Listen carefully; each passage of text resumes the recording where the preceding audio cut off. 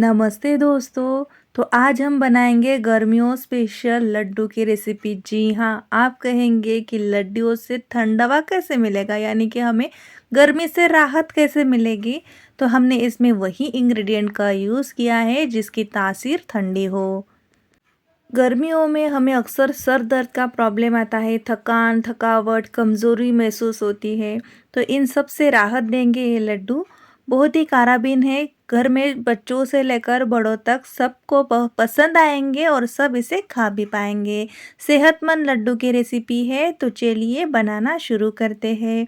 नमस्ते दोस्तों, मैं हूँ स्वाति और आप सभी का स्वागत है स्वातिस फैमिली किचन में।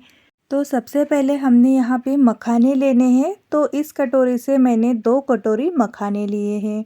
हम इस लड्डू में मखाने का ज़्यादा यूज़ करेंगे क्योंकि मखाने में आवश्यक पोषण तत्व, प्रोटीन और कार्बोहाइड्रेट पाए जाते हैं, जिससे हमारे मसल्स को मजबूती मिलती है। साथ ही साथ तनाव को दूर रखते हैं और हाई कोलेस्ट्रॉल को भी कम करता है। मखाने एक सुपर फूड की तरह है जिसमें प्रोटीन, फाइबर और ढेर सारे विटामिन्स पाए जाते हैं और कम से कम कैलोरीज होती है। तो मखानों का हमने ज़्यादा यूज़ किया है। तो यहाँ पे आधा कटोरी लिया है मेलन सीड्स, जिसकी तासीर ठंडी होती है और ये आँखों के लिए भी फ़ायदेमंद होते हैं और हमारी हड्डियों को मजबूत भी बनाते हैं। साथ ही साथ पेट का कोई भी समस्या हो, इसमें मेलन सीड बहुत ही कारगर माने गए हैं। अब हम इसमें लेंगे आधा कटोरी के करीब या फिर 20 से 25 काजू। हम इसमें ज़्यादा ड्राई फ्रूट्स का यूज़ नहीं करेंगे जिससे ये ज़्यादा गर्म हो, लेकिन काजू के भी हमें ढेर सारे फ़ायदे होते हैं, जैसे आँखों की रोशनी को बढ़ाते हैं, पाचन को बेहतर बनाता है, डायबिटीज़ मरीज़ों के लिए भी फ़ायदेमंद होता है, स्किन की कोई भी प्रॉब्लम के लिए गुणकारी माना गया है। और वैसे भी गर्मियों में पाचन की हमें बहुत सी समस्याएं आती है, पेट भरा भरा सा रहता है या फूला फूला सा रहता है, इसमें हमें काजू फ़ायदेमंद करेगा। तो यहाँ पे देख सकते हैं हमने 7 से 8 ही बादाम का यूज़ करना है। आप चाहे तो 10 से 12 ले सकते हैं जैसे मैंने लिए, लेकिन बादाम कम से कम ले लीजिएगा क्योंकि इसकी तासीर थोड़ी सी गर्म होती है। लेकिन बादाम के ढेर सारे फ़ायदे होते हैं, इसलिए हम लड्डू में इसका ज़रूर यूज़ करेंगे, लेकिन कम मात्रा में करेंगे। इलायची, हरी इलायची भी ले ली हमने, छोटे हैं इसलिए 10 से 12 ले ली है। और 4 यहाँ पे काली मिर्च कम ही यूज़ करिएगा क्योंकि इसकी तासीर थोड़ी सी गर्म होती है, लेकिन ये आँखों के लिए अच्छी मानी गई है। अब एग्ज़ाम का दौर चल रहा है, परीक्षाएँ हैं, बच्चों को अगर ये लड्डू खिला रहे हैं तो इसमें ज़रूर से डाल दीजिएगा। इलायची वैसे ठंडी तासीर की है और आँखों के लिए और बहुत ही फ़ायदेमंद मानी गई है। तो हम सबसे पहले क्या करेंगे, काजू और बादाम जो हमने लिए हैं, जो मेलन सीड्स है, उनको पीस लेते हैं। इन्हें हम ऐसा ही पीसेंगे, यानी कि कच्चा ही पीसेंगे। बहुत ही सिंपल लड्डू की रेसिपी है और इसे आप स्टोर भी करेंगे 1 से 2 महीने के लिए, लेकिन ये लड्डू इतने फ़ायदेमंद और इतने टेस्टी हैं कि ये बचेंगे ही नहीं। और जो थोड़े से मेलन सीड्स ना हमने ऐसे ही साबुत रहने दिए हैं ताकि वो लड्डू में अच्छे दिखे। तो देख सके अच्छे से इसका पाउडर बना लिया है और इसी तरह से हम मखाने का भी पाउडर बनाएंगे। तो एक कढ़ाई में मैंने घी डाल दिया है, छोटे 2 चम्मच घी का यूज़ किया है। यहाँ पे देख सकते हो आप, मेल्टेड घी नहीं है। और यहाँ पे जो पाउडर बनाया था हमने, काजू, बादाम, इलायची और मेलन सीड्स, इस सभी को हमने पीस लिया था। वो पाउडर घी के साथ अच्छे से अब भून लेते हैं। इसको भूनना ज़रूरी होता है क्योंकि हमने इसको कच्चा ही पीस लिया था। मखाने का पाउडर भी डाल दिया है, देख सकते हैं आप। आप चाहे तो सभी पाउडर थोड़ा सा दरदरा सा रहने दीजिए या महीन पाउडर बना लीजिएगा, जैसा आपको लड्डू का टेक्सचर चाहिए उस तरह से आप इसको पीसिएगा। लेकिन बाद में इसको घी के साथ भूनना ज़रूर है। अच्छे से भूनिएगा लो टू मीडियम फ्लेम पर। ये लड्डू आप रोज़ सुबह एक खाइएगा, 7 दिन सिर्फ इस लड्डू का सेवन करिए, आपको ढेर सारे फ़ायदे मिलेंगे। गर्मियों में होने वाली हर समस्या का इलाज है ये लड्डू। 5 मिनट हो गए हैं इसको भूनते हुए। तो अब हम इसमें डाल दिए हैं ड्राई खजूर का पाउडर, यानी कि खारीक का पाउडर। अगर आपके पास खजूर है तो आप उसको भी डाल सकते हैं। मेरे पास ड्राई खजूर का पाउडर था तो मैंने उसका यूज़ किया है, क्योंकि ड्राई खजूर भी ठंडा तासीर का होता है। साथ ही साथ आँखों की रोशनी के लिए, भूख बढ़ाने के लिए और पाचन के लिए अच्छा माना गया है। अनगिनत फ़ायदे होते हैं खजूर के, तो इसका भी हमें ज़रूर से सेवन करना चाहिए। तो सभी चीज़ों को हम एक-एक करके अच्छे से भून लेते हैं।